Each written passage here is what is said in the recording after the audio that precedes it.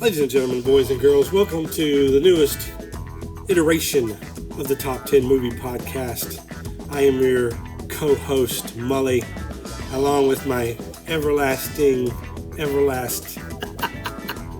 co-host of himself, Mikey D. I thought for sure you were about to say interracial podcast. Could be. I can say that. We can say that. Okay. But the 10 movies that we believe deserve to be remade. Not a sequel, but actually remade. They should remake this movie. Mike, what obstacles did you come up across, if any, when trying to come up with this list for yourself? First was, between the two of us, we've got about 80 years worth of cinematic history between the two of us. Good Lord, that's a lot. So trying to come up with the list, especially for this one, first of all, it was tough because I had to think about all the movies that I've seen, the ones that I think would even be worthy of a remake. Yeah. Because I've said this before. I'm not a fan of remakes. I'm not a fan of reboots, recasting, AI generated anything. So this will be probably the only time we do this where this whole list I have is a contradictory to anything I've said in the past because I just don't stand for remakes. We get a lot of remakes now that we didn't ask for, but they do them anyway. That's true. But that was the first challenge I had was I've seen 100,000 movies, so how do I pick out just 10, the 10 that are worthy of? So I had to really think about movies I've seen, so I had to think of actors and think of the movies that these actors were in. A lot of this list is from the 80s and 90s. Just because I think we've been far enough removed from some of the movies. A couple of these are from the mid-2000s. That's about it, but yeah, it was tough. And then, like I said, I don't agree with the whole remake idea in general. So to even do this list, I feel like I'm betraying my own ideals and morals, but here we are. Wow. Yeah, that's. I agree. There's a lot of them on my list as well from the 80s and 90s. So we had similar thinking there. One of the things that I did was I went through my voodoo list. I went through other people's lists. I was surprised to find there was a lot of lists that were out there. And then at one point I just looked over I had a stack of DVDs and I just started looking through those DVDs. That's smart. And there was like 3 or 4 of them right there that I could have picked. So it was a little bit easier than I thought it was going to be, but still difficult to narrow them down to really kind of what deserves in my mind. And I'm not sure if I ever got there. I think my list is still pretty various and vague. So this is going to be one of our more subjective lists. One of the great things that you say that every week, by the way. It is because it's true, and I want to remind the audience that this is a very subjective list. But also, I find that's the very few people that have listened to this and let us know back. From my end, anyway, what this podcast has done for them, it has made them consider their own lists. Like they, in their mind, are making their own list. They're making their own list while we're talking about it. So, yeah, this is top 10 movies that deserve to be remade. Now, I got a question before you start. Dude, hit me. Would you actually watch any of these on your list? A remake? I would watch all of them, I think. Okay, I only watch a couple, but here we Really? are. Yeah. Oh, no. One of the reasons why, because I had such a vast, I could choose from a lot of different movies I could choose from. I kind of was able to narrow it down to things that I'd really kind of want to watch. And then I even went as far as to think if they remade it now, who might the actors be that they use? But I didn't go into that much detail because that could take a while. So just basically the premises that could be remade and a little bit about what the movie was previously about and how I think from kind of just a broad sense they could remake it. So what's the first movie on your list? The first one on mine is a relatively obscure movie. Mm-hmm. Several of these are. Some of these I know are going to be ones I know you haven't heard of. This is called The Covenant. You ever heard of this movie? I mean, The Covenant, the recent movie with Jake Gyllenhaal? No. Okay, then No. That's not that movie. Okay. This is from 2006. The Covenant. Is it a horror film? It's not a horror film, but I guess it has horror elements to it. Yeah. More supernatural, I guess, really. It's about 4 high school kids who they have this long legacy and lineage to these supernatural beings that have these powers. And once they turn 18, they basically ascend and they inherit the full strength of their powers. And so they can use their abilities before they're 18. The only catch is, the more you use it, the more your life is drained. So you're taking years off your life using your powers before you're 18. Ooh. Yeah. So once you turn 18, though, it's a cheat code. You can use it as much as you want, and you're good. Yeah, but you're taking years off the end of your life, basically. Before 18. Oh, before. Yeah. 18. Once you hit 18, you You're ascend. You get all your powers Okay. full strength. Yeah, you're like a god, basically. Gotcha. But then there is this fifth figure that comes into town, looking to kill these guys to take the power for himself, because he also has these abilities as well. But these four guys didn't know about this fifth guy. This is the villain of the story. He's played by a young Sebastian Stan. Oh, wow. Better known as Bucky Barnes from the MCU. Winter Soldier. And the other big star in this movie is your boy Taylor Kitsch. Why is he my boy? Because you love John Carter. You love that trash movie that he's in. I do love John. That needs to be on this list. Let me write it. No, we're not writing anything else. Crap, The list is what it I should have is. John Carter. I'm a fan of Taylor Kitsch. Like, I've seen him in other movies, and I liked him in that. I've never seen John Carter. I'm never gonna see it. But everything else I've seen him in, I like. See it. Yeah, maybe one day. But The Covenant. This is actually a movie that when I saw, I was excited about because it had darker themes and elements to it when I saw the trailer, and then when I saw the movie, some of that was still there, but I felt like it fell short. It just missed what it was trying to go for, and so it's funny because this is actually a movie on my list of movies I'd like to personally remake myself. As a Hey, writer, put it out director. there. Yeah, Okay, so- put it out there. So we'll see what happens. If that ends up being something I get to do in the future, cool. But if not, I don't think You anybody's still gonna like to touch this. see it, somebody do it Yeah, and remake it. I think it deserves a second shot because there was enough there to make this movie a really good movie. Yeah. The original just didn't make the cut for me. Gotcha. It's good, The Covenant. All right, my number one movie on my list, and these are, again, I don't think either of us are putting it in any order. We rarely ever do. But the first one that just appears on my list, and we've talked about this before, I think we've talked about it recently, The Last Starfighter from 1984. I think that it is primed for a remake in today's Twitch gaming society that we have. This online gaming is bigger than ever. The idea that an alien race could put together a video game and the guys or the women, the men and women who are the best at this video game are then put into a elite interstellar galaxy protection force because the game mimics training for that. This is just like Ender's Game. Maybe, a lot of these movies that are on the list, there's elements of it that have probably leaked into other things, like Ender's Game, like John Carter, who knows? Oh my gosh. He got it on my mind. But look, The Last Starfighter, people may have taken elements of it, but I would just love to see a more direct remake of it. In the original movie, it's a kid that's on the edge of is graduating high school, is going to leave his place. He lives in a trailer park, so he's kind of a poor kid. And, his... No.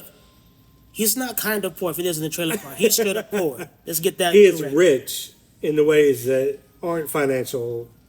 Oh, he's... I guess. Okay, morals and integrity. Got it, okay. He helps a lot of people, though. A lot of people rely on him there. A lot of older people need him to do this, do that. It's eerily like my life. Anyway, his really lone escape outside of his girlfriend is this video game, and he's just really good at it to the point where he gets tracked down by the creator of the game, who happens to be an alien, who is a little kind of a swarmy kind of guy, and basically sells him to the galaxy force that's out there. But anyway, think Green Lantern, but with a better entry point, I think, in the video game market. In video games, it'd be a nice little connection now. A Ready Player One, but with I think a better twist. There you go, okay. All right, that was my number one movie, The Last Starfighter, or the first one on my list of movies that deserve to be remade. Mike, you said The Covenant first. What's your number two? This one needs no introduction. I'm not even gonna. Okay, and now it's down to my movie. Whoa, relax, Oh, fam, okay. relax. There's, see, you threw my whole train of thought off, and I already got a headache. That's what I'm here for. I That's already what got I'm a here headache, for. so I'm already out of it. So, needs no introduction. If you haven't seen it, then you just haven't seen it. But this is Friday the 13th. Oh, Lord. Now I know we said that we weren't talking about franchises because you can do a million of No, I never those. said that. Well, you said it. You said it. I got it on tape. Oh, I did? All right, go ahead. Anyway, I mean, you could essentially you could just do Friday the 13th Part 17. But I think it's been about 17 years since the last Friday the 13th, and the studios are just trying to figure out, do we reboot this? Like, do we continue on? I don't know what they were gonna do, but I'm looking forward to it. And Jason Voorhees is my least favorite horror icon. Michael Myers is my guy. I like Freddy. I like Leatherface. Friday the 13th wasn't really a franchise I gravitated towards in terms of horror, because it's about a guy in a hockey mask and a machete killing kids at a camp. I didn't go to camp, so I don't have that experience. So I always find a way to relate to some aspect of a movie, to kind of just like embed myself within the story and really buy in.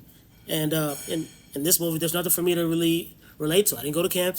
I didn't play hockey with a hockey mask. I've never wielded a machete before. You know what I mean? So there's not much for me to relate to. But because this guy and this franchise is on a lot of people's iconic horror franchises, yeah, I think it deserves to be given a second shot and try to remake it. They've done it with Halloween. They've done it with Leatherface. They keep coming out with Texas Chainsaw Massacre movies. They've done it with Nightmare on Elm Street. Not, it's been a while, but more recent than even Jason Voorhees. So just for that matter alone, I want to see what they can do with Jason in modern day 2024, 2025, whatever. Okay, and maybe make it to where you relate to it a little bit more than camping. Yeah, maybe, put some black people in a tent. Okay. Maybe I can relate that way. All right, the interracial podcast continues. Nice callback. I like All it. right, so that was Friday the 13th was your second one on your list. Mine is the most recent one on the list is this one, and I just think because when they made it, they just didn't do a really good job of it. I thought it had a lot of potential, especially in today's kind of superhero era that we're in, of really high-end superhero movies. This one was on the lowest of it, and I think it had to do with a lot of the casting, and there's just something missing that they needed. The name of this movie is called The Green Hornet. In 2011, it starred Seth Rogen, which I think was a mistake, although I like Seth Rogen. In the lead role, Michael Gondry. Gondry is the director, who is kind of a quirky music video director, but also did Eternal Sunshine of the Spotless Mind. Amazing movie. It is, but it is definitely a style, and he has a certain style. I'm not sure if that style fit well with this movie version of it. This is a television show that was turned into a movie. And Bruce Lee, right? Bruce Lee, yes. And the original Kato? in the 60s played Kato. Yeah. This one it was played by Jay Chow. And Christoph Waltz was the villain, which is great to have Christoph Waltz. I just think he was underutilized. Something about this movie just felt wrong. I did not connect with audiences. And I think a lot of it had to do with a skinny Seth Rogen. Like, it was like the first skinny Seth Rogen movie. I remember that. And it just was kind of a tone shift from everything he's done before, and we're suddenly supposed to take him serious. As much as you can take Seth Rogen serious, and as a crime fighter, it just didn't fit. So I think it was just a miscasting, and I'm not sure if it was written. Look, you can't really blame the writer so much because the end product is never what the writer has envisioned for it. Because the director takes a lot of liberties, and then we both know what you write and what ends up on screen is rarely ever even close. Because what you can capture and what you can write are a lot of times two separate things. So maybe with AI, that's going to get a lot closer for writers. It won't for you, but for some other writers who are progressive and open-minded, maybe it'll open the doors for them. You're going to find a way to use AI in every episode, aren't you? Yeah, because AI could be one of our listeners. Hey, AI, good to have you here. Thanks for the views. So you're a fan of the one thing that wants to destroy humans. You're a fan of it. Well, humans want to destroy humans, first of all. So if we're not going to be fans of things that want to destroy us, then we can't be fans of ourselves. And if you can't love yourselves, why are you here? You know what I'm saying? Okay. I don't. Back to the Green Hornet. All right. I like the idea of the Green Hornet. First of all, total disrespect to Bruce Lee if you can't live up to that level that he brought. I thought Jay Chow was the best part of the movie. So I'm good with that. He did a good job for me, and I wouldn't mind him reprising the role, but they've got to find a better Seth Rogen, the main character. They've got to find one. And I was just like, the villain was fine, but it's just they needed to find a better end with this story. And I think they can. So I'd love to see them remake it and do it justice, do the character justice finally. It's been 10 years. It's been over 10 years now, almost 13. let's get it. Let's get one that actually works. So Green Hornet. It's going to be, not a lot of people know about it. But most people like you just know about the Bruce Lee part of it.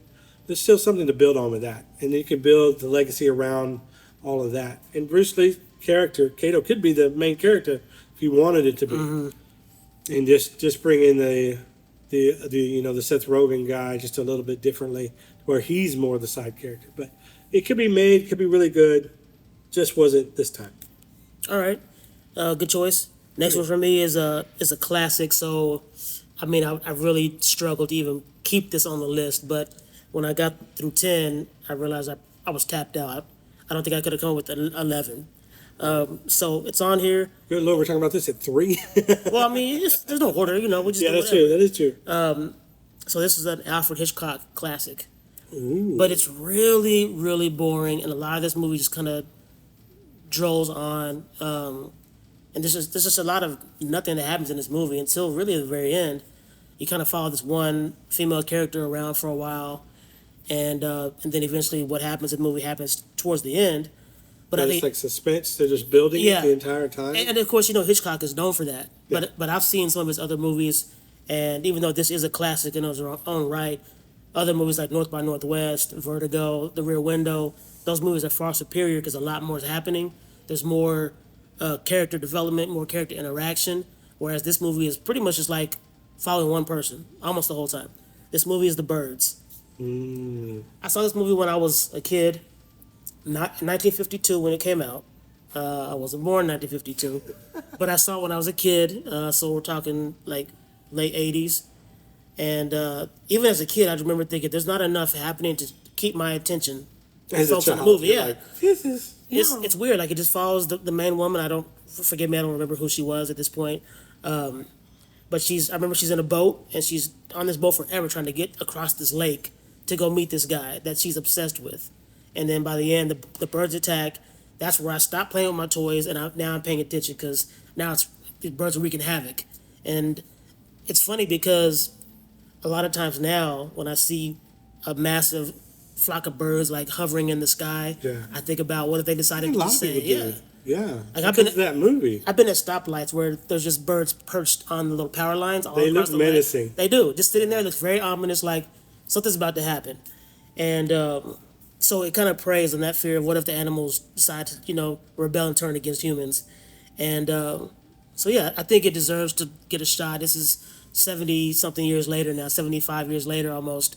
It's time for a remake. Let's do Birds again. I get you. No, I think you ever seen that? It's a really low, super low budget film, Birdemic. I've heard of it, yeah. Yeah, I think it's really the lowest, but it's so bad it's good kind of a thing. So a lot of people have adopted that as kind of a cult sequel to that. But yeah, no, I see it. And there was an M. Night Shyamalan movie with Mark Wahlberg where the environment turned The Happening. on. The Happening, and then there was a CBS television show like The Kingdom, I think, where it was the animals turned on, like all the animals. I turned heard on about it. that. Yeah, a friend of mine told me about that show. So there's elements of the birds in all of those things, and but no, to have a straight up bird sequel with modern technology and special effects and stuff might be pretty cool. I think so. And give us a protagonist that actually has something to do instead of just pining after this one guy. I'm going to go across the lake and visit him and I'm going to drop in on him. No. Give me more than one character to follow for this movie until chaos breaks out. There you go. I like it. My next movie, let's just say it like that. My next movie on the list is Speed from 1994. Oh, Keanu Reeves, Sandra Bullock, Dennis Hopper. you want a remake from that? I want another Speed. It's yes. so good by what it is, though. Okay. It is, but that's the thing. We've talked about this before. As much as and Back to the Future is not on my list. As much as I love Back to the Future, and people are so adamant about not having a remake of Back to the Future, specifically the director and the writer, they do not want a remake made while they're alive, which is understandable. I'm okay with remakes. To me, it doesn't diminish, for myself, the original. I can always go back, especially with modern day technology. And I guess technology from even the 80s, see VHS tapes and Betamax and all that. We still had copies. It still exists. The original still exists. I don't mind people trying to riff off and remix and try to make or remake it. I don't mind it because I don't have to like that. I'll never have to watch it. It will forever be the same thing it's always been for me. And that other thing won't taint it. I know that's not the same for everybody. Different strokes for different folks. Some people a remake's going to taint the original. It doesn't for me, so I don't mind it. Okay. But Back to the Future is not on the list. Speed is on the list, and that's because '94. This is one of the. This is probably the first movie I ever watched multiple times at theaters, because I loved it that much. It is kind of a silly premise. A bus goes over 50 miles an hour. A bomb will explode. That's the basic concept of it. But there's a lot of smart action things that happen. A lot of dumb jumping the bus type action things that happen too. But still, it is just adrenaline packed. I want to relive that adrenaline that I got in the theater with a remake that's worthy of it. Maybe it's not on a bus this time. Definitely don't put it on a yacht or a cruise ship. That was Speed 2. Don't do that. That proved not to work. But something that has very similar elements to this. I'd love to see a new, we had a young Keanu Reeves in this movie, a young Sandra Bullock. Really, their careers were pretty good, but it launched them into the stratosphere. I'd love to see two young actors like that get a similar boost from a film like this. And it is straight adrenaline, man. It's like John Wick. Easy. That level of Okay. franticness. Okay, gotcha. Especially the later John Wicks, where they just started packing action scene upon action scene upon action scene. Mm-hmm. Speed was, I think, an element of that. Is that just bam, bam? It just never lets you go right up until the end. I'd love to see that. So I'd love to see Speed to be remade. Is a part of that, do you think, because we go from a bus to a subway? There's two moving vehicles that go really fast. Well, and it starts with an elevator, Well, yeah, but right? And the elevator's fast as well. Everything in this movie has to do with speed. right. So if you take those So- elements away, there's not much left. Yeah, It has to be something. So it in has order to be make speed. The remake It has to do with something that goes fast. fast. Yes, it does. It has to be speed. So. Right. So we've done airplanes. I mean, it could be bus again. It's just, reintroducing it to a new generation. It's fine. Like Die Hard, if we remade Die Hard, it could be in a skyscraper again. There's certainly a lot of more fears about skyscrapers and terrorists than there was back in 80, whenever that came out, 87, 88. The fears are even more, they're a lot bigger and a lot more real for us now after 9/11. So having a Die Hard in a skyscraper with potentially terrorists, that could reignite. There's just new fears to that, so that could reignite that franchise. Speed, you could still do it on a bus. People still use and take the bus. The franticness is what I want them to capture. The franticness but yeah, definitely the name of the movie is Speed. Got to have a speed element, Okay. but it has to be to where there is a life or death situation there, that innocent people, could be endangered, so someone has to save them. So. What if we do Speed in a nail salon? How would that work? I don't know, but you could think AI would do it, right? Right? Your friend AI, they can do If it. anybody could, probably AI could make that work. Yes, you're right. No, I'm just. I know. I don't know. That's a good choice. We've talked about it before. Yeah, Speed. yeah. Okay, next one for me is a movie called Harlem Nights. Yeah. You seen this movie? Yeah. Eddie Murphy. Yeah, it's a classic movie. It is. It stars Eddie Murphy, Red Fox, Richard Pryor, Della Reese, Charlie Murphy, Robin Harris, Miguel Nunez, Arsenio Hall, Jasmine Guy. I mean, the list goes on and on. This movie comes out 1989, so this is at the height of a lot of these people's careers in the comedy world, in the film world. Just based on the names I gave you, it's an all-black cast. So it's a different spin on like the prohibition gambling era. So Richard Pryor runs this illegal gambling operation, and he's got to basically put up with corrupt cops and other competition from other gangsters trying to infringe on his block basically. It's a dark comedy, crime drama as well. So just a lot of different elements to it. I was just watching the clip of the opening of this movie last night, just to kind of refresh my memory. And yeah, I forgot how good this movie is, and so many legends in it that aren't here anymore. I think it's time to do a remake simply because there's this whole new crop of black comedians and black comedic actors that you could put in all these different roles, But obviously, I thought about this, Cat Williams started the year off this year with a bang by taking shots at everybody in black comedy. So I don't know how this movie would work now, if it would even get made, but I would say maybe, in years prior, 5, 6 years ago, you could do this with Kevin Hart, Dave Chappelle, Monique, Tiffany Haddish, Cat Williams, Lorel. You could do this with a bunch of different people, throw them in there, and remake this. And take advantage of the people, the actors that were young in that movie from '89. Now they're playing the older roles. So you get your Eddie Murphys, you get your Arsenio Halls, but later in their lives, Yes. like the Red Foxes were in the There you original. go. So, There you yeah, go. no, it all connects. Yeah. Good. Okay. I like it. My next one on my list speaks to reality television, and really these movies. I have two in particular. I just kind of tied together. That came out one year after each other, but they had to deal with the same thing, which is the onvent of reality television back in 98, 99, year 2000. That was right on the edge of when reality television started to kick up and get popular. American Idol, those kind of contests and things like that, and then the when were they all live in the house there together? Real World. Real World, yeah. That started that. That was the era, that was on MTV, right? And so these two movies are called The Truman Show and Ed TV. A lot of people don't remember Ed TV, but The Truman Show, I think a lot of people know. Obviously, The Truman Show is with Jim Carrey, Ed Harris, Woody Harrelson. I'm sorry, not Woody, Ed Harris, and then Laura Linney is in that as well.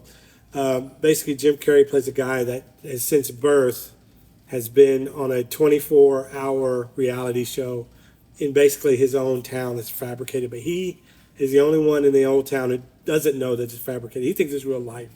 But everything around him is being staged and worked like a television show, but everybody's focused on keeping him from knowing.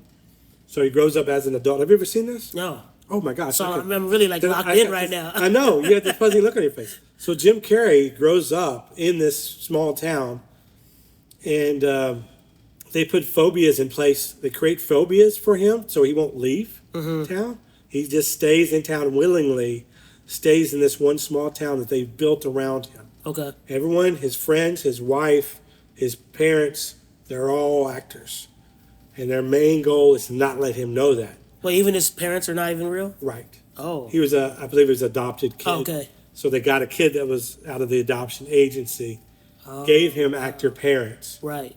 made him have a phobia where his dad passes away at sea.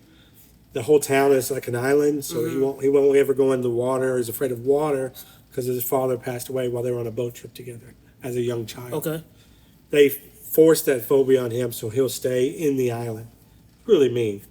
But there are people actively. This show's been going on for like 25 years or something. So he's like 25, 26-year-old guy, and it's the number one TV show in the world. They're in a bubble, a huge bubble, and the city's within it, and they recreate the sky and everything. And I don't know what kind of technology was going on in 98, 99, but apparently really good.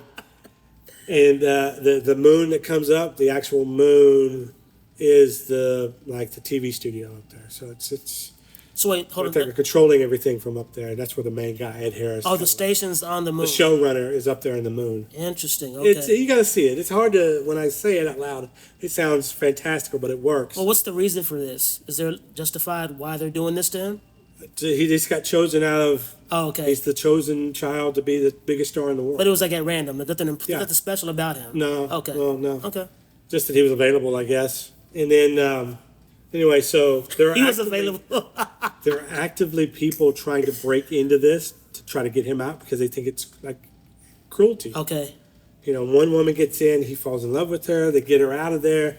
Suddenly she's his lost love, he's always been looking for. But every aspect of his life is a fabrication. Is a fabrication. Wow. Yeah. It's to the point where the vehicles out front of his house will loop. And then he starts catching on at a certain point. I won't go into too much detail. We'd be here all day. But anyway, the idea of a guy trapped in this television show, I think we've all felt at some point like sometimes our lives could be on a reality TV show, like they're not real, or am I the only star and everybody around me is not? You almost feel insulated sometimes like that. This guy it was true for him. Right. And it might be true for us, who knows? But how that ties in with Ed TV is Matthew McConaughey, Jenna Elfman, and Woody Harrelson.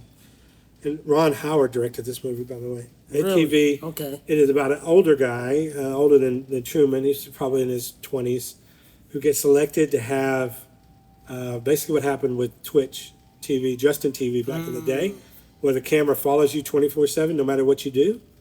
And so that's what Matthew McConaughey gets picked to have done to him. The cameras follow him, and he's up for it. It makes him a huge television star. Cameras are always on him, no matter where he goes, no matter what he does. So the difference is in this movie, he knows what's going on. That's right. Okay. He elects to do it Okay. until things get complicated, and now he needs to try and get out of it and figure out a way to get out of it. How he does is pretty clever. But Ellen DeGeneres plays a pretty good role here as kind of at first, kind of a swarmy television producer, but the one with the original idea. But then she works for even more swarmer people. It's a good role for her. And so anyway, so it just, I think now that we've had 20 years or whatever of reality television straight, that we could have a different commentary on it. Like these movies were done at the forefront of reality TV. I'd like to see them redo Truman Show for sure after, and see if maybe there's different takes on it. Like the kids that have grown up with reality television are the ones starting to make our movies now. And I wonder what they would think of it. Like to us, it was such an invasion of privacy. It was so ridiculous. But to them, maybe it's more normal with the TikTok lives that they leave now. They're all filming themselves. They have so much footage of themselves, and they're all basically what Truman Show and EdTV was back in the day. So I wonder what their take would be on it. So I'm more interested maybe in that. But I'd love to see another version of Truman Show. Well, a lot of like this whole content creation era we live in, a lot of that basically is reality TV because it's me putting content out for people watching, me going shopping, or you do makeup, or But it's curated. Yeah, You're not showing. A lot of I think 99% of the people aren't showing the bad things, and the things they're embarrassed about, or the things that trouble them. Some people do, but they're not the majority. This is more of everything. yeah. Like, you can't stop it. Like it's going to follow you, and maybe you don't even know what's happening to you. So it's voyeurism on top of, if it's like in the Truman Show, he didn't condone any of it. He grew up in it. He didn't know it was fake until he started to figure out later in life, though. And then I don't even know what happens to him. Like I said, I'd like to see a sequel to this too, because what happens to the most well-known man in the world when he actually enters the real world for the first time?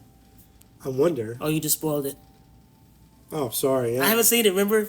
Yeah. Okay. So at the end of the film. Okay, No, go ahead. I want to. No, it's ironically I've seen the last 5 minutes of the movie where people are watching to see if he's gonna make the choice to leave. Yeah. And he makes the choice. But does. I still want to see the whole thing because based on what you described, like it's an interesting premise. So good. Yeah. And it's got a little bit of Jim Carrey comedy, but not too much. Just a little bit of it, and it's more of you connect with him as a very kind of a naive, but a very good, honest person. And then you start to live, you guys start to, you put yourself in his shoes, and what would you do to try, like if you felt trapped and couldn't get out. What was of his it. job in the movie? Oh my gosh. Yeah, you got me on that. I don't. Put him on the spot, ladies and No, gentlemen. no. We got him. He went to work because he would go get a magazine every day. He worked in an office. I just don't remember what it was Okay. that he was selling or doing. He worked in some kind of, not a cubicle, but like a cubicle type situation at a desk, just doing mundane sales work, I think. So what aspect of your life would make you think, okay, maybe my life is fabricated? Don't you sometimes feel like, I've felt in my life at some points like, am I the only one having this experience? Like is everyone around me just, it's because, we're so inside ourselves a lot, or we're just in ourselves all the time and seeing only from our perspective.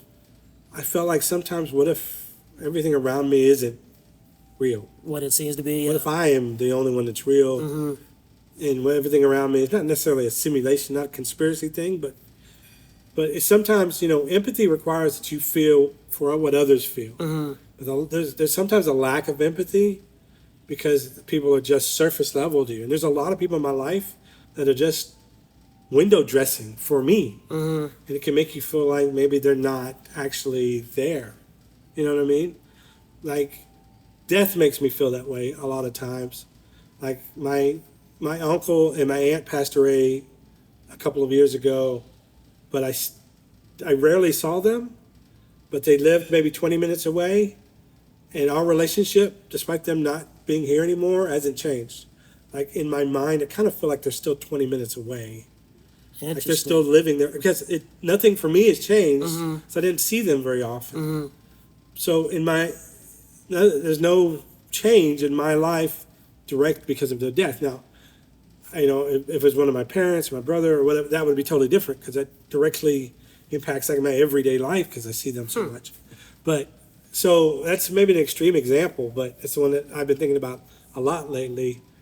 Is that when we're disconnected to the ones that we love, that are our family, and we lose them, if we never had a strong connection in the first place, it's a sadness there, but there's also not much of a change in my own life impacted by it. Do you get it? So if I'm talking about that way about an aunt and uncle. How do you think I feel about the way the girl working the stand in the mall? The guys working Chick-fil-A that give me my food? They're just not even side characters in my story. If they were in my story, they probably wouldn't even be in the credits. Their name would be by something said uncredited because I don't even give them. They're nothing but kind of a function to me. Chick-fil-A server number 7. Yeah, like I'm not trying to sound like a sociopath. No, they're like NPCs in your life. They're NPCs, exactly. Yeah. That's it. They're just NPCs to me. Sometimes, because you don't really get to know them. It's almost inappropriate to be like, hey man, what are you up to? What do you do? What are your thoughts? What are your dreams? Like we don't do that with 90% of the people that come into our lives with. So sometimes it makes me feel like I'm the character in a video game, the main character, and everybody else is NPCs. Well, aren't we all characters in our own video game, basically? So I thought, maybe other people feel this way too. Yeah. Sometimes people are just, I'm 3D and everybody is flat screen. Or a lot of people are. Right. So, even people that are, should be close to you, like your aunt and uncle, they're a little flat screen to me because we just didn't have a daily or even a yearly relationship. We might have seen it once or twice every year or two. So them, to me, it's a comforting in a way because I don't feel the impact of their loss. But I know deep down that I have lost them. And any chance of gaining anything more than what we had. That's sad. But also comforting in a way because I kind of feel like they're still there. Is that weird? No. Yeah. I've come to the realization that I think we all think our little nuances and thoughts are weird, but at the end of the day, I think we're all freaks. Honestly, I mean, for real. But like, I think we all think we're unique, and really none of us are.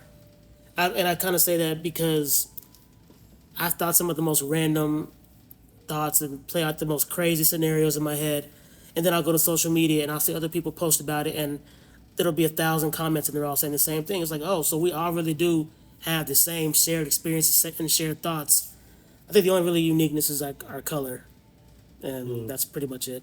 I think a lot of the ways we think, we've been programmed by society, what we see, what we consume, the people that we're around, and we're an extension of the people that they're around. So it's like it's a ripple effect. If I'm around these same 10 people, these 10 people are my closest friends, I'm a product of their shared experience and times that I'm with them, but they're also impacted by the people outside of my ripple, outside of my bubble with them, and so on and so forth. Yeah. So we all impact each other, but at the same time, it's almost like we're really all kind of the same. Yeah. Okay, so The Truman Show. The Truman Show. And MTV. Yeah, that took up like 30 minutes of the show, I think. Oh, that we had like a little philosophy segment right there. That's crazy. Yeah, anyway, I feel like, I think, maybe I'm not alone in thinking that sometimes I feel like my life is in The Truman Show. You're definitely not alone. Trust me. I love that movie so much, I'd like to see it remade. Okay. All right. It's a good choice. Is it? You talked me into it. Sure did I? I gave a TED talk about it. You sent me down a road. Sorry, man. I had to do it. It's good. I hope it's good. I could either ask you a thought-provoking question or we can debate. And I'd rather not debate. Not today. I have a headache. Okay, no debate. Okay, so Truman Show at TV, great choices. Next one for me, number 5 on the list. Not in the order, but a movie called Vacancy. This is another horror film. Yeah, okay. I think I know this one. Luke Wilson and Kate Beckinsale. No, I don't know this one. Okay. You know what? This is a horror film you actually could watch, Oh, I think. And I say that because it's not really, it's nothing supernatural. It's nothing gory. more thriller? Yes. Yeah, Yes. I'm down. I'm down. Okay, so this is Luke Wilson, Kate Beckinsale. They're a married couple. They're going to visit her parents, and it's quickly revealed that they're not in the best place in their marriage. Hey, this Kate Beckinsale, you said, right? Hmm? The star of the greatest franchise ever made, Underworld? Underworld? Yes. Okay, just Yes. confirming. And Luke Wilson, who just pops up in random movies. And this couldn't have Old been more school, man. random. Old school. Old school is what I think. Mitch is one of the classic It's- movies. yeah. So they're not on the greatest of terms, and you can tell that the dialogue is really well written in terms of telling the audience, okay, these two people are not in a good place, but we don't have to give you a bunch of exposition to show it. So Whoever wrote this has been in a relationship before. 100%, yeah, it probably was happening in the moment, you know. Yeah. But it just felt real because when you're not in a good place with somebody, like, you know, platonic or intimate, otherwise, if you're having some issues, you're trying to work through things, you avoid like deep conversation. You just might keep it on the surface because going any further may cause friction, and you're trying to avoid that. And you're stuck in a car with this person on this road trip, so you don't want to really go there because who wants to be arguing with somebody in a car? Nobody. I've been there, and it's not fun. No. So they end up having car troubles, and they end up having to stop for the night at this cheap motel. So I'm talking like you pull up and your door's right there in front of your car to your hotel, a motel room. Okay, just right. Yeah. And I've never stayed in a motel. I don't like motels. Yeah, no, I don't like motels. they give off creepy vibes. Well, you know, this They all do. started with what's that movie with Norman Bates? Oh gosh. And he He's a horror guy. yeah, he kills the lady in the shower. Opposite cop. Yes, that. I'm really drawing a blank on that, but yeah. Scream 2. No, it's not Scream 2. But anyway, yeah, like when I've seen other movies where like the protagonist stay in a motel and there's somebody after him. It's a very basic premise, but Which feels like, I'm sorry, I'm stuck in the motel thing. It just feels, I don't know, on the ground level, and it just feels like somebody could easily penetrate that door. yeah. I don't know why. yeah, It feels that. I don't know why I feel okay in a hotel room. It's just upper levels. They can still buzz the door down. well, upper levels give you the false sense of security. Like, Yeah, well, no one's gonna right. come up the steps to get me. They're gonna kill the people on the first floor first, right? Yeah, if they got to go up the stairs, not using the elevator, they're going to be really tired. They're not going to be able to kick that door in the first time anyway. So the movie's called Vacancy. So they end up at this motel because the cars broke down, so they gotta find a place to stay for the night. And they quickly realize there's just a bunch of VHA. Wait, I can't say it. VHS tape. Thank you. Oh my gosh. Okay, I had to translate that. Okay. VHH. What is happening? H. This headache It's is just killing H. me. Yeah, it is. I'm having a stroke. I hope not. Oh, no. It's all right. So yes, there's those tapes in this whole. I'm watching side of your face just to make sure. Okay. You're good. And they find these tapes, and they're just like, well, let's just watch one of these and get curious, because Are they like blank? yeah, they're not labeled. Yeah, They diving into some dangerous territory there. In a motel, too? yeah. Oh, So my gosh. as they're watching the tape, they see this couple, and then eventually they see these guys break in and kill these people. In their motel. Mm-hmm. So the video is of this couple in the same motel, actually in the same room that they're actually in. Okay. And so then they realize, oh, this is for real. These people got murdered in this room, and then they start looking in the room, and they see cameras behind the vents, and they realize they're being watched. And then after that, they realize it's the people that work at the motel. I think even the tow truck driver is involved. The police are involved. Whoa. Yeah, they get to the payphone to try to call for help, and the guy on the other end of the line already knows this guy's name, and he jumps out of that phone booth. Everybody's in on it. Everyone's this whole little small town. It's the reverse Truman Show. Be careful of small towns, okay? Just very small towns. The movie Doc Hollywood would make me feel differently, but go ahead. Oh, I know what you're talking about You for know sure. what I mean? That's some small town love right there. So in the end of the movie, they figure out, well, only one of us can make it, and someone has to stay behind to basically be a distraction. So of course, Luke Wilson decides, okay, I'm going to be the distraction. You go up in the in the ceiling of the motel while I distract these guys, and when they chase me, you run. So he gets killed. Oh. Yeah, she doesn't make it either, though. I mean, it's It's my kind of horror film thriller because no one survives at the end. And the motel just keeps going oh on. yeah, they just clean up the mess. You know, they get a little Next, CSI crew to come clean it the up. last shot I can see is the vacancy kind coming up, says no vacancy, and they take that no off, and that's the last. Exactly. See, I already made it. All right, this movie's done. I already It's know a what it is. basic premise, very simple movie. But you'd like to see it done again? Yes. Gotcha. I like the idea. When you put two people in peril who are already not on the best of terms, Yeah. that's a great dynamic. Like, are we gonna work together, or are we gonna be at odds? Like, what's gonna happen to them? So, yeah. Okay. This movie might be the one. I don't know why, but it might be the one I want to see remade the most.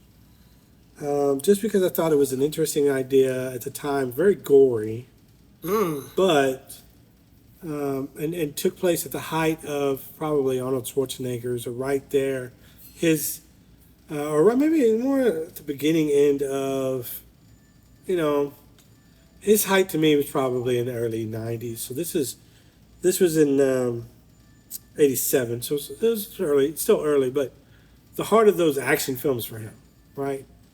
Um, this one is called The Running Man from 1987. An innocent police officer has to choose between going to jail or participating in a reality game show.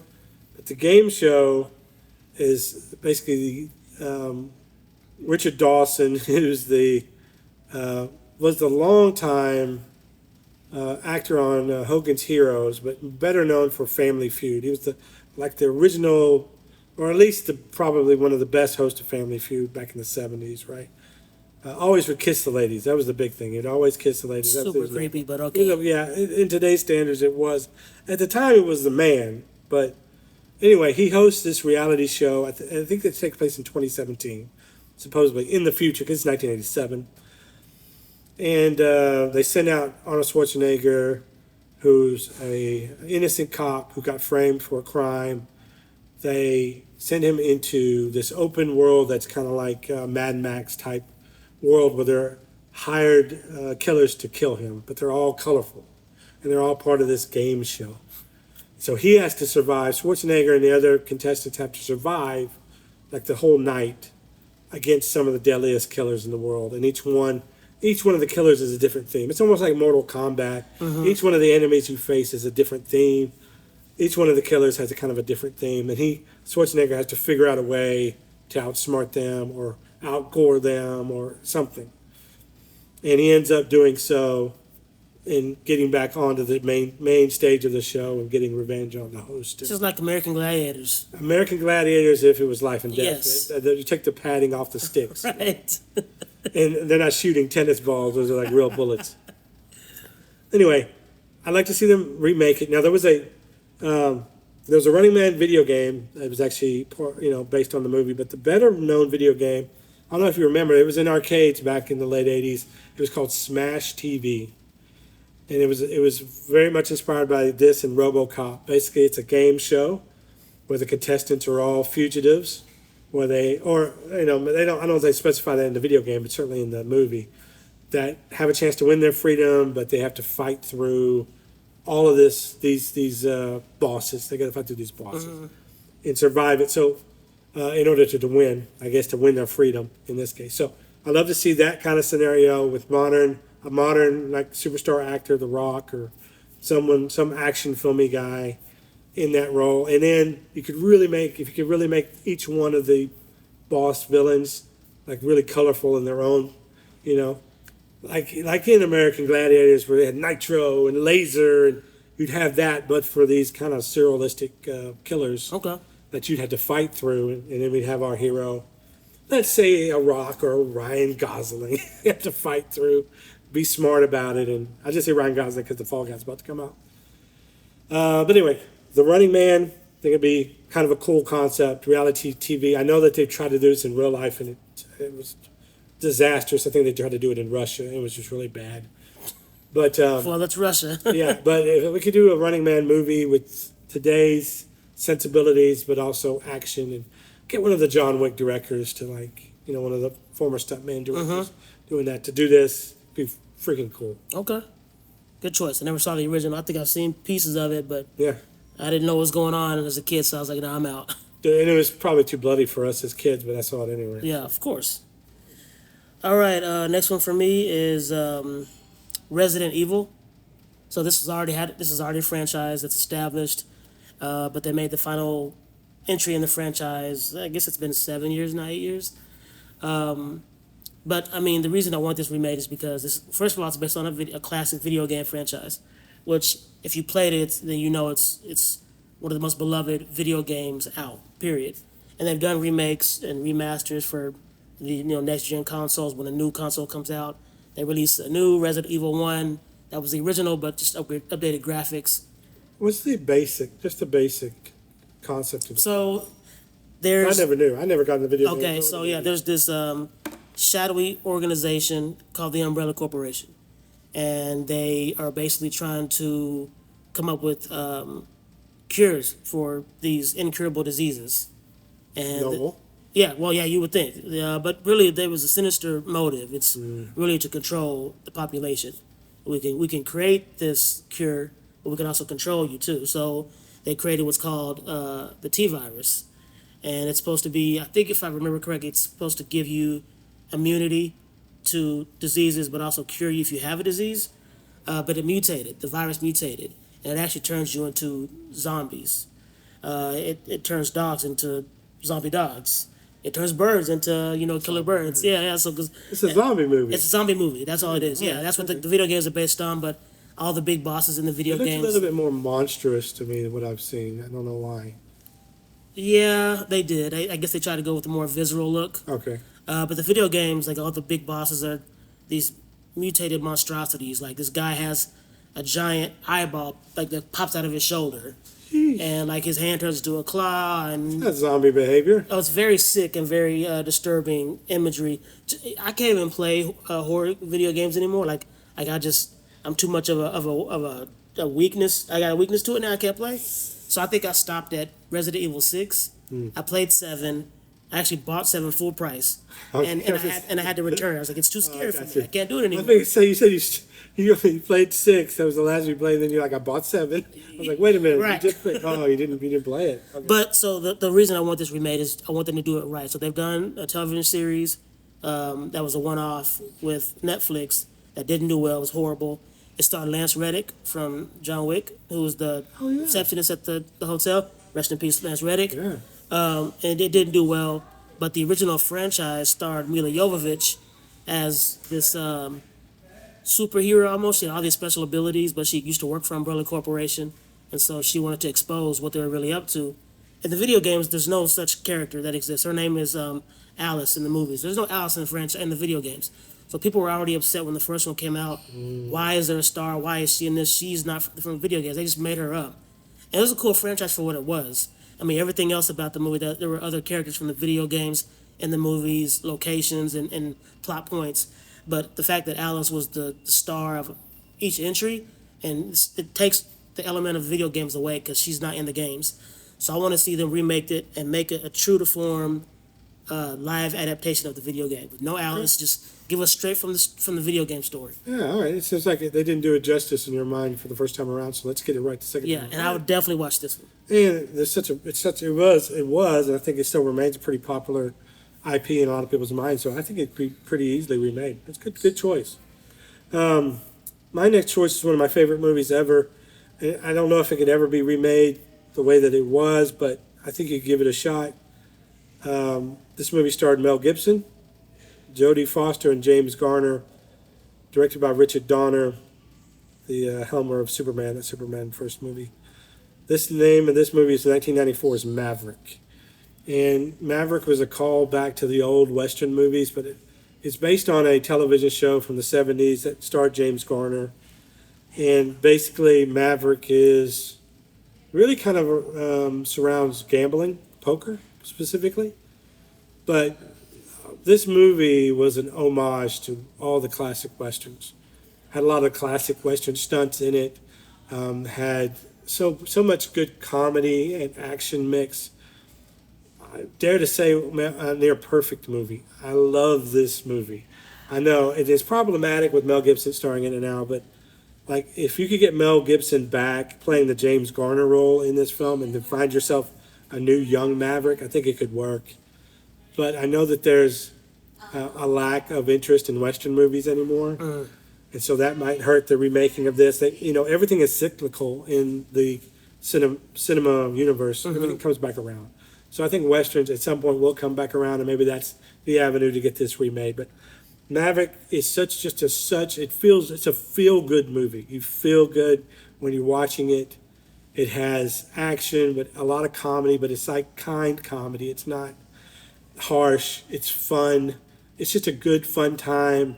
And there's an epic ending to the movie that takes place on a riverboat in this massive gambling contest. And you know, it puts our guy Maverick at the final table against three other people and trying to win money that, you know, it's a life-changing amount of money that could change his life and everyone around his life. And so it has a great little climax at the end with the gambling and I don't want to ruin it. If you've never seen Maverick and you have any type of affinity to Western movies at all, go check it out because it's just fun and funny and a nice little cameo, right, by Mel Gibson's co-star from the Lethal Weapon movies. Danny Glover is in it to a point where the gag is Danny Glover is a masked robber, and at one point Mel Gibson pulls down his mask, and they both, for just a half second, stare at each other like they know who each other is, but they don't say. Okay. So that is a nod to the Lethal Weapon movies, and he puts his mask back up and runs off. It's hilarious. All right. But Maverick, 1994, haven't seen it, go see it. Needs to be remade if Westerns ever come back again. Okay. That's one of the movies that is slowly starting to rise on my list of movies I need to go see. Because I've seen other people talk about it online about how good it is. So I'll go check it out. So and Jodie Foster's so good in it. Okay. Funny. All right. Really funny. Like, I don't know if she gets any credit for comedic chops. She's got some. No, because she's always really just done serious stuff. Drama. Plays this debutante in the Old West, but she's actually a kind of a con artist underneath. Well, not kind of. She is a con artist. I do love a good con artist. But her and Mel Gibson's interactions are so good. Their chemistry's off the charts. All right. Good choice. So next one for me is I don't know if it's necessarily a classic for this actor, but it's one of my favorites that he's done. Not necessarily because of the star that's in it. I'm not a big fan of the star himself, but just the movie in general and what the topic and concept is a really cool idea. And because technology has advanced so much since then, you could definitely redo this and just implement today's technology. And this is 1998's Enemy of the State with Will Smith, Gene Hackman, John Voight, and Regina King. I love this movie because it's about a conspiracy. It's about a guy being tracked through the use of, at that time, modern day technology. Obviously, much of the technology in that movie is outdated. So I would love to see them remake this in 2024 and implement, you know, the massive use of technology now with basically everybody has a camera that you can track somebody on your phone or CCTV cameras in the street, you know, tablets, all this stuff, cars, smart cars. There's a million ways to track somebody now, so I would love to see a creative writer do this and show us how you can evade capture with technology being all around us. Yeah. Basically, eyes everywhere. How do you get away now? I like it. I think it influenced other movies, kind of like Eagle Eye, Shia LaBeouf. There was a television show. God, it's leaving my mind as I just say it. The guy that played Jesus in Jim Caviezel? Caviezel, yeah, he was on a television show for CBS that had a similar thing where Is that Person of Interest? That's it, Okay. dude. You're so good. Yes, that's it. Wonderful, perfect. Yes, thank you. That's what you're here for, right? So I think it's definitely influenced other things, and but yeah, I would like to see a new actor in that role, and how he gets out of it too. Remember the duck camera was how they got out of it. I'd like to see something like that. That'd be kind of fun. Okay. I almost put it was between this and The Net, which was Sandra Bullock in Oh my 1993, because the technology in that is so dated, you know, from now. Ordering pizza online was amazing. Oh, yeah. I remember seeing that and going, that looks so easy. I used to hate back in the 90s having to order a pizza. You had to call it in, and they would always place you on hold. And then it's just like this anxiety because like when they come back to the line, I got to be ready because they're gonna be like, pizza. So What do you want? Foreign to us to be able to use the internet, which was not even a thing back then. Yeah. But use our computer to order a pizza. It was so foreign to us. And now people are doing that with their phones. It's nuts. Surprisingly, there's this pizza place Well, not calling on the phone. where I stay. Really good pizza. It's Chicago style, so it's like that deep dish. Dragon. No. But I'm just saying. So the point is, this place you still have to call to place your order. There's no online ordering. There's not. There's That's no how you know portal. it's good. Oh yeah, 100%. That is so old school. It's phone or walk-in only. And I want to preface, like I said, I wasn't a fan of the actor, so I'm not a fan of Will Smith. I think his character shtick in the public eye, I think it's a facade. It seems very fake. Yeah, I have a hard time now. Yeah. Even before the slap thing, even before that, it's just like he's always the same thing with The Rock. He's always smiling in everyone's face and larger than life personality. It seems You fabricated. hear things that are like Yeah. a little bit different. Yeah.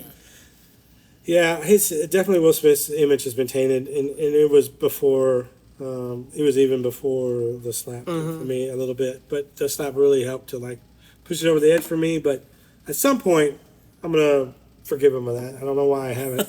if Chris Rock can, I certainly can, but I don't know. Just I didn't even feel like it was something to really. need forgiveness for. Yeah, I was like, it was entertaining to me. It was like, oh, we got some beef. I love a good comedian beef. Let's go. It just was so counter to what he's been portraying for years. Yeah. And this is a guy that I was like, okay, this guy has a. At the time, it was like it seemed like the perfect marriage, the perfect life. Like he's doing it the right way. He doesn't seem to have an enemy out there. He's good to everyone. And then it's just been his marriage has been tainted. His way he raises his children has been tainted. To me, anyway, it just seems like the way that he's doing it, I don't agree necessarily with, or I wouldn't do it the same way. It just seems so counter to what they were portraying for so many years. Yeah. It feels fake. Yeah. So he in conjunction feels fake right now a bit. Yeah, it might be better to go the Shia LaBeouf route where With Eagle Eye? just in the public eye. Yeah. Where all your flaws are just out there. Well, that's you the just thing. have to address them. Yeah, he has no problem addressing his, which is why I respect him a lot more than Will Smith. Maybe. Okay, this is a movie on my list that needs to be remade, but I just think these kind of movies, they don't exist anymore, and I'm sad that they don't. And I wish that they would come back. And someday, I hope it does come back. But this movie is Major League, 1989, the baseball movie starring Charlie Sheen, Wesley Snipes, Tom Berenger, directed by David S. Ward. So this is just basically about a misfits professional baseball team, and they put together a bunch of misfits and make them a team, and they figure out a way to win. Now, was there a professional team? Were they like a AAA team? I don't remember. This is a real. Okay. Now the first two, there's three of them. I'm only talking about the first two. Yeah, the first two were real. The Cleveland Indians. Okay. They don't exist anymore. They changed their name from the Cleveland Indians to the Cleveland Guardians. Stupid. But they don't exist anymore. And the third movie was Scott Bakula, and it was Back to the Minors was the name of that movie. Oh, yeah. So that's a whole other thing. Now I'm talking about the original Major League, put together a misfit team. It's a comedy, but it also has real sports in it with a real team and a real licensed team. I'd love to see that done again, either in football or in baseball, particularly in baseball because it works so well here for Major League. I like to see it done, but I can see it done in another sport too. But I think it's been done in other sports so often that people are like, okay, I think we're kind of done with that. Maybe. Yeah, the comedy part of it. Well, I mean, just like putting together a ragtag team, like they did it with hockey, they did it with basketball, football, baseball. Mighty Ducks, Yeah, Blue Mountain State, the replacements. the replacements. Yeah, so maybe I just want that baseball feeling again because baseball is supposedly America's pastime. Right? So give me another Major League. I'd love to see a nice sports comedy once again get popular, and then just put in some good actors. I'd like to from see nowadays. Wesley Snipes come back and be the Tom Berenger role. I think he could do it. Yeah, that'd be He kind could of do cool. it. I don't know. It might be a little bit too old for that now. I mean, this was in '89. Yeah, true. So we're talking. He is what 20, 40 years older than he was. Good That point. might be rough. So yeah, but the feel of it again. I don't know what makes it so unique, but there's something about it that's just different than any other sports film ever made or has been since. There's something there that the chemistry of those actors, the timing, the Indians themselves, the Cleveland Indians franchise and their history. It was a great combination of things, and I hope somebody can recapture one day. Okay. I'd actually probably watch that. There you go. Yeah, because Hey, we got one ticket I sold. love You're an easy the sell, original. dude. I mean, I am an easy sell. What can I say? But I was a fan of the original.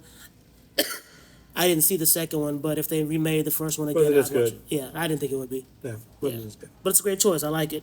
Omar Epps instead of Wesley Snipes.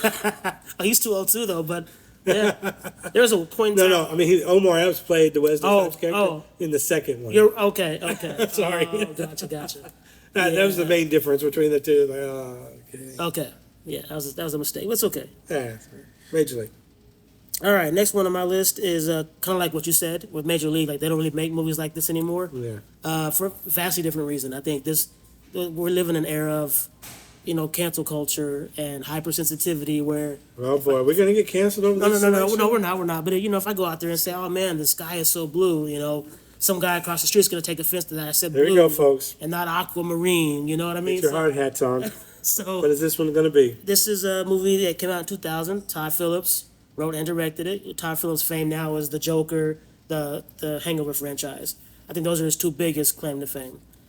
But this is a 2000 comedy about a group of college kids where they have to drive from Ithaca, New York, all the way down to Austin, Texas, to try to intercept a sex tape that was inadvertently sent to a guy's ex-girlfriend. This is Road Trip. Okay, This is Richard. Breckin Myers. This is Amy Smart, Tom Green, Sean William Scott, DJ Qualls. DJ Qual. Yeah, so you're talking about names that are virtually non-existent in movies now.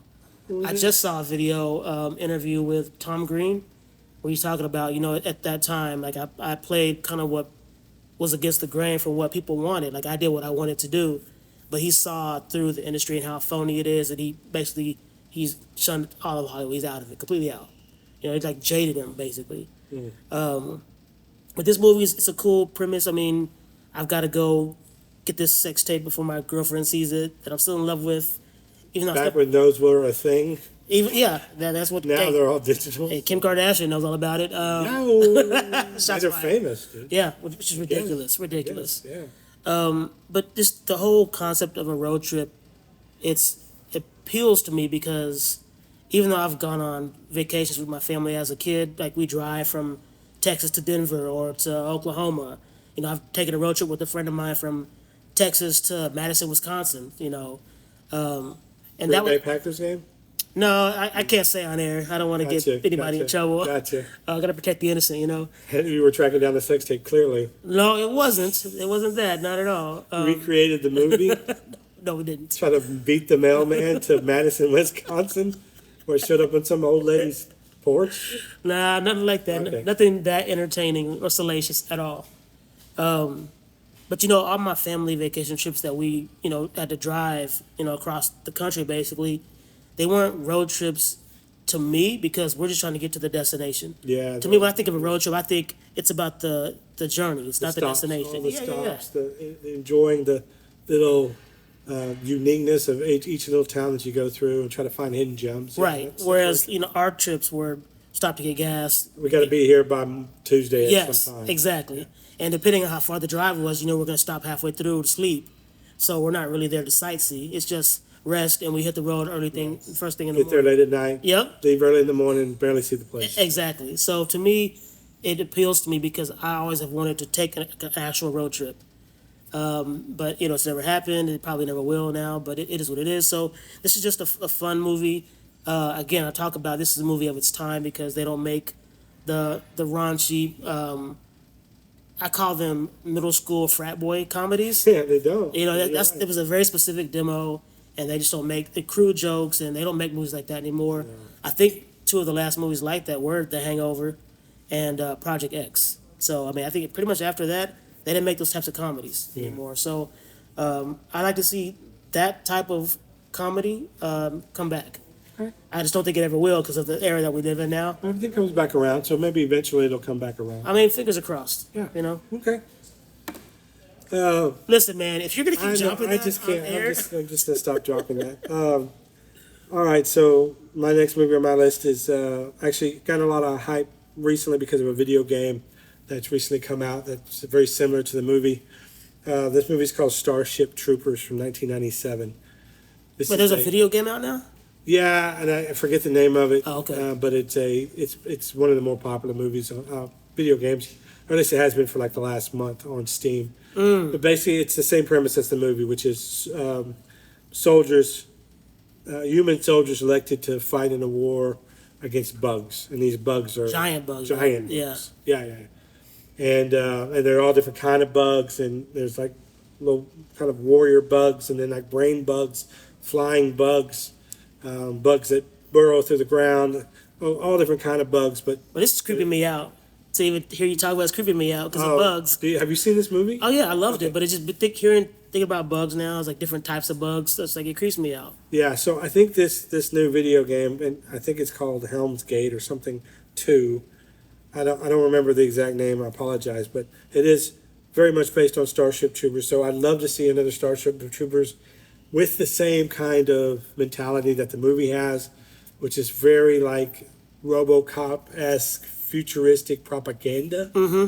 And this film is often interrupted by some great propaganda commercials supporting the cause of the humans against the bugs. And they make some really hilarious and funny and a little bit scary kind of commercials about the future and what a bug war would look like. But let's bring back, like, you go back and watch the special effects from '97. This movie, they hold up really well, Okay. amazingly so. And it's, let's see what they do with 30 more years of technology and how they can make even more unique bugs and human fighting them. And I'd like to see more developed character arcs than the ones that they were given.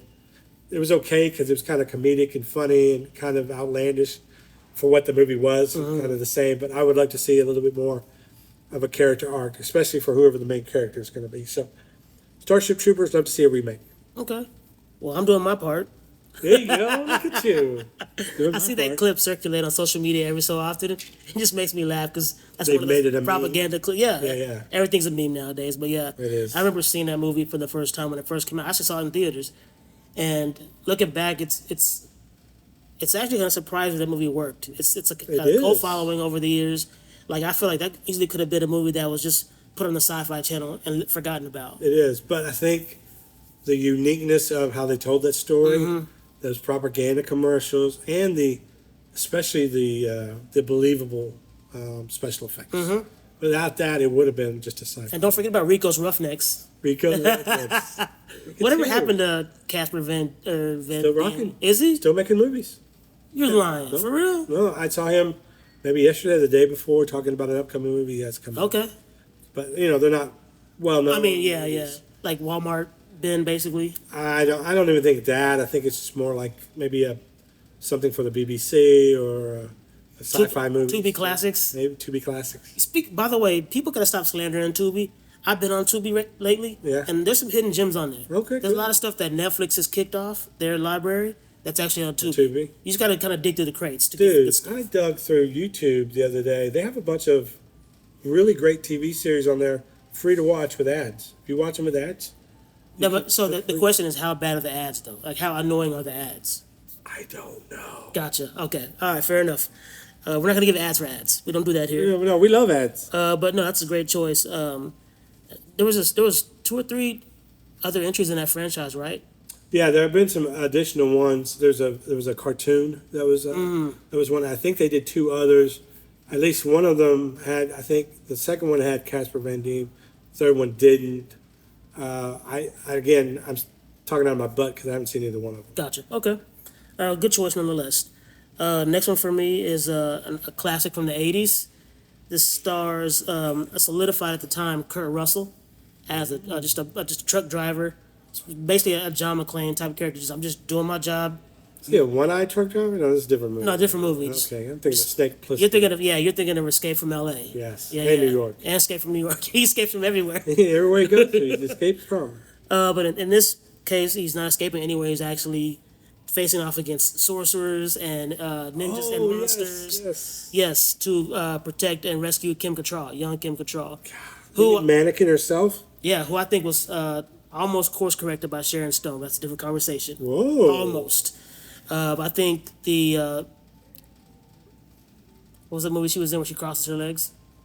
Basic Instinct. I think I know that movie I think Basic Instinct is was a bit too far left field for for her sure. career, and she never recovered. So Kim Cattrall flourished with Sex in the City, and I think Mannequin too. She was in Mannequin too, right? We're talking about Sharon Stone. First of all, Got it. All right. Catwoman. All right, now That's what I'm saying. Yeah. Again, so yeah, this is Big Trouble in Little China. It's a classic movie. It's a classic one. Dude, I saw it later in life. Oh, for real? Yeah, I didn't see it when it came out. I don't think I got it because of the time. Well, no. When you say you didn't get it, I don't think there's. I don't think you're not supposed to get it. I don't think I think that's the whole point. Maybe, but it was such an underground hit. Mm-hmm. Do you think maybe seeing when you saw it was a big part of how how much you loved it? It could be because I saw was it later and I didn't understand what the. I was fairly young, and I just remember thinking everything that's happening is bizarre but entertaining. You have just a random truck driver who falls in love with this woman. She gets kidnapped by this sorcerer's goons, and one of these goons is like a Raiden before Raiden. He's got the hat on. He can just shoot lightning, and for unexplained reasons. for unexplained reasons. Yeah, it was just a lot of craziness in this movie. Remember the Golden Child? It seems like that's a Yes. similar area, arena. The young Eddie Murphy. It has the same similar thing.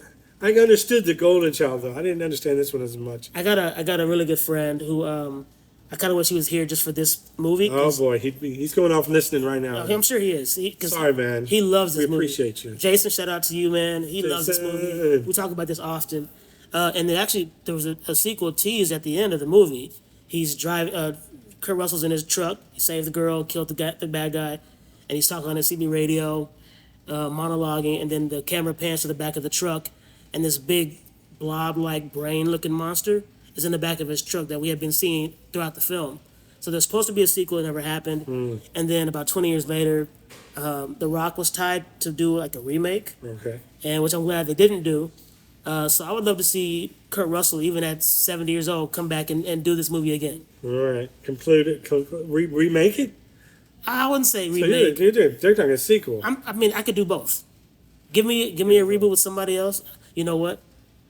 I'm always against this guy, but I found the perfect movie. This is Chris Pratt's movie. Oh, okay. He could do this. Dude, that's a big support. I think he has the right kind of energy for this movie, and the same energy that Kurt Russell had. I can see that. Yeah.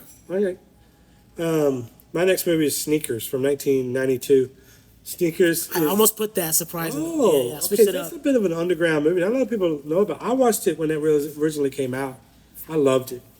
Robert Redford, Dan Aykroyd, Sidney Poitier, and it is basically about a group of highly skilled individuals, each one with their own set of skills, but quirky and funny. And basically, what they do for a living is they rob banks to find weaknesses in security programs. But each of them has their own past. That's kind of a mystery in this movie. Our main character, the Robert Redford character, was a hacker that got caught and was able to get away when his partner didn't. And his partner ends up being the bad guy in this movie. But he's a hacker who has had to change his name. So now he's kind of struggling to find work, and he's found this, and he's kind of created this group of guys. One's an ex-CIA agent. One's kind of a conspiracy theorist, but he has a lot of knowledge about everything. You got a young kid who's kind of the protege, thief. You have somebody else who's a blind man who's got just really remarkable hearing and technology skills. So it's just a mishmash of different personalities put together. And then you put all of these, like they're fun. You show their relationship with each other. They like to have a good time. They're really funny. So, and then you put this group in kind of peril and see how they come together to fight the thing that's coming against them. That's the real heart of the movie. So I would love to see Sneakers in a modern day version. Give me someone with as much, maybe a Brad Pitt instead of a Robert Redford as the lead, and then surround him with people like, some quirky, like a Philip Seymour Hoffman, but younger, maybe a Jack Black type-ish, but younger guys, maybe younger than them. Some of the younger ones, maybe a Morgan Freeman, you could put him in there too as a Poitier role, there's a lot of great characters here to play with. You can find a lot of different people. But basically, the movie Sneakers, if you haven't seen it, you should check it out because it's quirky, it's fun, but it's also got some of the best actors ever in it and a great storyline that no matter how much danger they're ever in, and they are in real danger at certain points of this movie, it never loses its sense of humor throughout the whole thing, which is great. It's an excellent choice. Thanks, man. I almost had it. I'm glad I didn't because it was good to hear you talk about it. Good, because my last one's going to disappoint, so Okay. I can't wait. So my last one of the list won't disappoint, but it's a first for the podcast. Ooh. This is the first time I'm adding a movie I actually have not seen. Okay, all right, I'm down with it. But I know enough about what the movie is to make me think, okay, we can do something with this now in 2024. Maybe I've seen it. Let's see. This is a 1996 underground hit. My wheelhouse. Yeah, it's one of those it's so bad it's good kind of movies. You're already losing me. Okay. It's got it stars Angelina Jolie, young Angelina Jolie, and Fisher Stevens is also in this. Matthew Lillard is in this as well, and then your boy from Elementary. Johnny Lee. Thank you. I knew you would Johnny get it Lee right. This movie's called Hackers. Okay. Yeah. Okay. So this is an underground indie movie. It is. Kind of cyberpunkish in a way for its time. It's about a group of teenage hackers who uncover this conspiracy to unleash a computer virus to shut down 5 oil tankers. I think that's right there says you can make another one off of this. You could do another one modern day, maybe not oil tankers, maybe like the stock market, or something in the banking infrastructure. Cryptocurrency. Yeah, something that's going to cripple the nation in 2024. It's going to be money. So yeah, but anytime you give me hackers and a conspiracy, Mike's gonna be there. So I don't care who you put in it. Just sometimes the story itself will sell me, and sometimes I need an actor to sell me. But for this premise alone, hackers, and you got a conspiracy, I'll buy into that. I don't know. I think that I wonder if Angelina Jolie works as the hacker. You know what I mean? That would be my main. But I haven't seen it, so I don't know. Maybe it does. So she has the look, very very like short hair, black, and she's like 17, 18 years old. Okay, yeah. So she has the look in the movie. All right, hackers. Mine. I think I have seen this one. It's one of those movies you don't really make anymore. There was certain. These two actors that are the stars of this movie came out of Saturday Night Live, and there was a certain group. There was a certain explosion of Saturday Night Live actors after that initial few runs in the '70s that exploded off that show. Mm-hmm. 2 of them are in this movie: Chevy Chase and Dan Aykroyd. Right, Chevy Chase and Dan Aykroyd, and a lot of those guys like Bill Murray, the guys that came from that Saturday Night Live John Candy. era, they all exploded in their own movies. Mm-hmm.